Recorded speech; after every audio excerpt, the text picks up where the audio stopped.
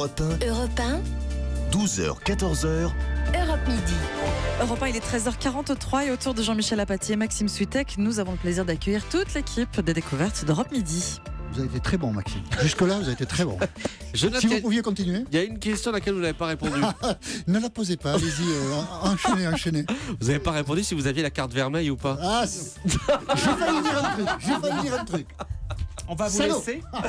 C'est les vacances. Découvertes de Quoi Europe C'est les vacances, c'est des enfants qui Quoi, c'est les écoutent. vacances Oui. Oui. Quoi, le mot que j'ai dit là Oui. Oui. Vous pensez qu'ils l'ont jamais entendu avant que je le Non, dise jamais. Pétaloso. Quel mot Pétalose. Pétaloso. Allez, on Dans embraye. en avant, on dira ça. Allez. Les découvertes d'Europe Midi, voici la bande qui vous accompagne aujourd'hui. Je salue donc Thierry Geffrotin, Eva Rock, Nicolas Caro, Vincent Grégoire. Bonjour à vous quatre. Bonjour Maxime. Quels sont vos coups de cœur du jour, Eva Rock? X-Files, le retour le sur retour M6 à d'X-Files, 20h55, c'est super. l'événement télé, oui. Ah bah, c'est bien, comme ça vous m'avez foiré mon lancement. Je vous remercie Voilà, beaucoup. ne me remerciez C'est pas grave. Il fait ça souvent avec moi aussi. Vincent Grégoire.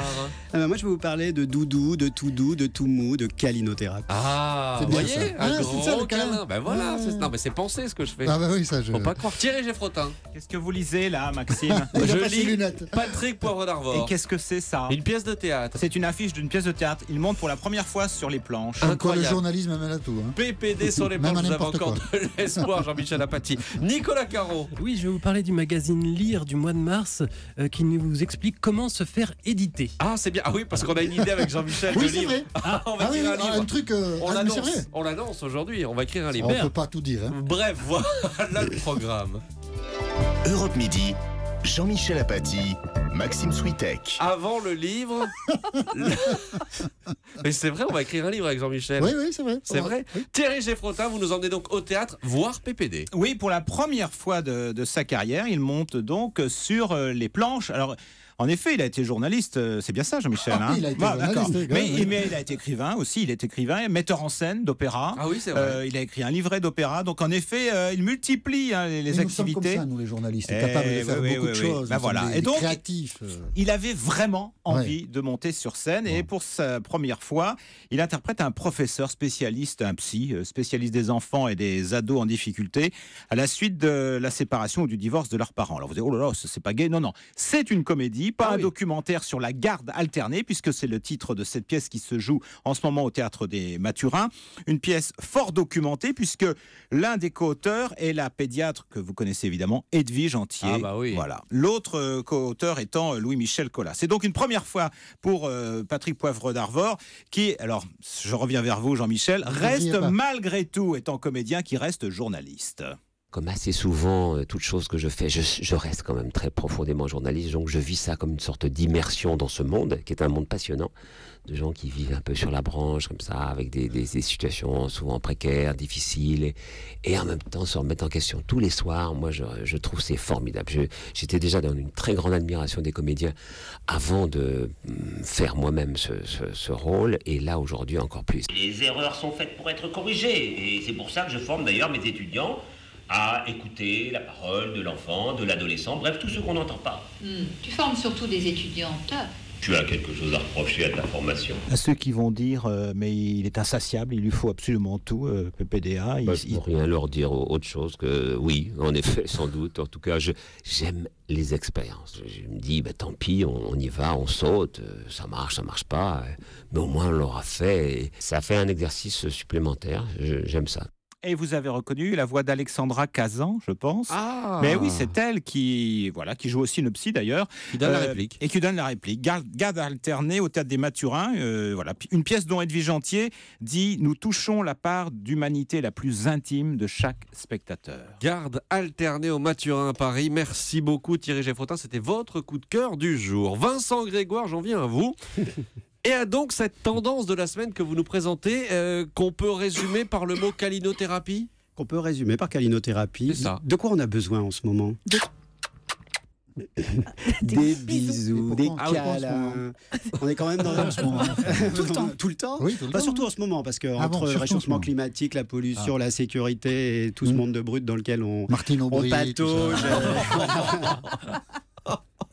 Donc on a besoin de réconfort, on a besoin d'amour, on a besoin de considération. Et du coup, voilà, c'est de la rondeur, de la douceur, du moelleux, du confort. On court après. À la maison, on multiplie les coussins, les couettes, les surmatelas. Alors, on en avait déjà parlé sur la tendance Eva Rock dit oui. Autour du Je pense au moelleux, au chocolat. Alors, je vais y venir pour la pâtisserie parce qu'elle n'échappe pas voilà, à la tendance. On n'a plus honte de traîner en baby gros géant, en combinaison, laine polaire, même zippé jusqu'à la tête. On n'a pas honte, mais on le fait pas tous les jours non plus. On sort pas avec, mais on reste chez soi. Les ventes sont significatives, les couettes à bras, Ah oui? Ah ouais, tout à fait.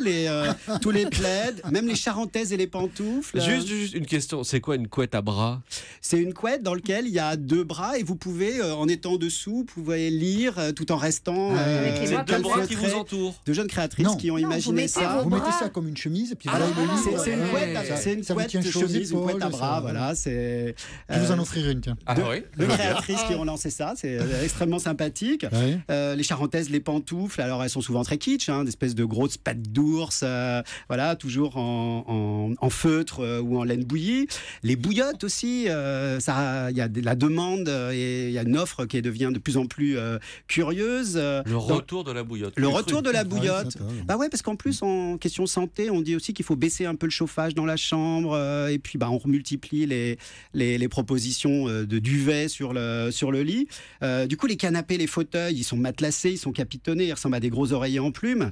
D'ailleurs, la crème de soin la plus tendance en ce moment, elle vient de Corée, d'ailleurs, elle s'appelle la Cushion Cream, la crème coussin. Donc, on est complètement dans cet univers. Qu'est-ce qu'elle fait de spécial, cette crème? Elle est très, très moelleuse, très confortable, c'est le nom qui très incite nourrissante. Maxime à poser la question. Redites le nom, voyons Vincent. Cushion Cream. Oui, alors je vous repose la question parce qu'il va me perturber. Qu'est-ce qu'elle fait de spécial? Elle est très confortable, elle est très nourrissante, elle est très généreuse. Et elle vous rend tout doux. Elle vous rend tout doux aussi. Voilà. Elle gomme toutes les imperfections. Enfin, elle est merveilleuse. On compte plus les propositions d'artistes et de performeurs qui, dans la rue, vous proposent des free hugs, des câlins gratuits. Et il y a une indienne, aux limites un peu gourou, Ama, qui prend dans ses bras et la sensation est absolument incroyable. Faites attention, c'est la grippe en ce moment. Mais peut-être que c'est une solution pour peut-être moins tomber malade. Quand on est bien dans sa tête et bien dans son corps. Et puis, comme le disait Eva, la pâtisserie n'échappe pas à la tendance. Les choux à la crème, les merveilleux, les Paris-Brest, les chantilly. Enfin, toutes les semaines, il vous sort un nouveau concept, notamment à Paris, de produits autour de ces univers. Je me permets de dire qu'on ne dit pas moelleux, mais moelleux. Moelleux. C'est meilleur. C'est meilleur. Voilà donc pour cette tendance de la semaine, la câlinothérapie, le câlin est partout. Que voulez-vous, Jean-Michel? Écoutez, on va l'accepter comme ça. Et voilà. Ça, c'était le bruit, normalement, le bruit d'un bisou. C'est un peu bizarre. Bref, merci beaucoup en tout cas, Vincent Grégoire. On va poursuivre ces découvertes dans Europe Midi dans un instant avec le choix télé et le retour d'X-Files. Et puis le rabat-joie, Nicolas Caro. A tout de suite. Europe Midi, Jean-Michel Apathy, Maxime Switek. Il est 13h53 sur Europe 1, la suite des découvertes d'Europe Midi avec la télé d'Eva Rock qui est aux frontières du réel et une lecture de magazine pour Nicolas Caro. Qui est aux frontières du réel, Eva Rock? Oui, un peu aussi. Et la télé ce soir. Oui. Ça, c'est pas une surprise. Votre choix télé du jour, Eva Rock. C'est donc le retour d'X-Files ce soir sur M6. Vous vous souvenez de ce générique quand même? Vous voulez que je le refasse ou pas? Oui, allez-y. Alors, c'est vrai qu'on en a beaucoup parlé ce matin et Jean-Marc Morandini est revenu dessus sur cette information, mais je ne pouvais pas passer à côté de ça parce que c'est l'événement télé en tout cas. Alors, en tout cas, pour ceux qui se morfondent depuis 14 ans, depuis l'arrêt de la série, et que les fans se rassurent, ils vont retrouver leur duo d'enquêteurs, des ovnis, des extraterrestres façon Roswell, les théories conspirationnistes, rien ne change, ou presque. Alors, l'agent du FBI, Fox Mulder, croit toujours à l'invasion par des extraterrestres, mais se demande quand même s'il n'a pas été manipulé toutes ces années par l'État. Voilà. Et Dana Scully est toujours médecin, sceptique quant à ces phénomènes paranormaux. Alors, si vous vous souvenez bien, et vous venez de le dire, Jean-Michel, le premier titre de la série, c'était Aux frontières du réel. C'était pas X-Files la première saison. Et on est toujours aux frontières du réel, surtout quand on écoute ce genre de dialogue. J'osais pas te rappeler parce que tu vas me prendre pour un dingue. C'est justement pour ça que je suis là, Mulder, parce que je tiens à toi et que je me fais du souci pour toi. Écoute-moi, non, tu veux c'est bien... toi qui vas Scully, m'écouter, il faut Mulder. que tu me fasses confiance. Je te connais, c'est pas la première fois que tu t'enflammes, que tu penses être le seul à détenir une espèce de vérité et que tu vas sauver le monde. Cette fois, j'ai de quoi les mener à leur perte. C'est ta perte à toi que tu vas causer, Alors, Mulder. le premier... C'est les feux de l'amour. C'est un peu les feux de l'amour. Et bien alors, c'est très juste ce que vous dites parce qu'en fait, les scénaristes ont beaucoup insisté sur la relation entre les deux protagonistes, plus que sur les extraterrestres, ce qui m'arrange personnellement. Mais enfin, le premier épisode est un peu fourre-tout. Il a un avantage, c'est qu'il nous replonge totalement dans l'ambiance de la série, de quoi nous tenir en éveil avec une conclusion à l'américaine. Nous avons un petit problème. Ils ont rouvert les affaires non classées. Vous savez, c'est l'homme qui fume sa cigarette par la gorge, en fait. Voilà. Alors franchement, c'est pas désagréable. Juste un point. Ce qu'on vient d'entendre, c'est la fin de l'épisode. Non, pas vraiment. Mais un peu quand même. Ah ouais, un petit peu quand même. Voilà. J'ai pas spoilé du tout. Vous n'avez pas trouvé qui était c'est la fin de la l'extraterrestre. saison en fait. Non, j'ai pas trouvé qui est l'extraterrestre. En même temps, Mulder, ça fait 20 ans qu'il cherche. C'est Bill l'extraterrestre. Alors franchement, c'est pas désagréable. On replonge assez vite dans l'univers étrange de cette fiction. Mais je dois vous avouer que ce qui me paraissait comme une série extrêmement innovante en 1993, ça a un peu vieilli. Et alors, autre élément troublant, mais je suis sérieuse de cette fois-ci, c'est que toutes les théories du complot qui alimentaient la série dans les années 90, on trouvait ça plutôt passionnant, ça donnait un peu de suspense. Aujourd'hui, tout de suite, ça fait beaucoup moins rire parce qu'entre-temps, il y a quand même eu le 11 septembre. Malgré tout, vous conseillez X-Files, oui, regardez, surtout ce soir, pour les fans, le retour évidemment. 20h55. Vous avez un autre conseil, il va falloir choisir, c'est au même moment, c'est sur Arte, ça s'appelle Petit Quinquin. Oui, c'est sur Arte, c'est à 20h55. Alors, c'est une autre série, c'est une rediffusion puisqu'elle avait été diffusée il y a un an. Alors, sans extraterrestres, mais alors quelques illuminés. Extraordinaire. Ça a été mon coup de cœur de l'an dernier. Tellement cette fiction de Bruno Dumont m'avait fait rire. On découvre en fait un cadavre dans le corps d'une vache. Et vous allez suivre l'enquête qui est menée par un commandant qui est bourré de tics et un lieutenant avec un accent ch'ti.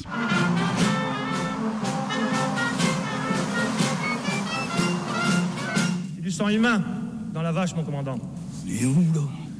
La bête humaine, c'est du Zola, mon commandant. C'est du Zola. On n'est pas là pour philosopher, Carpentier.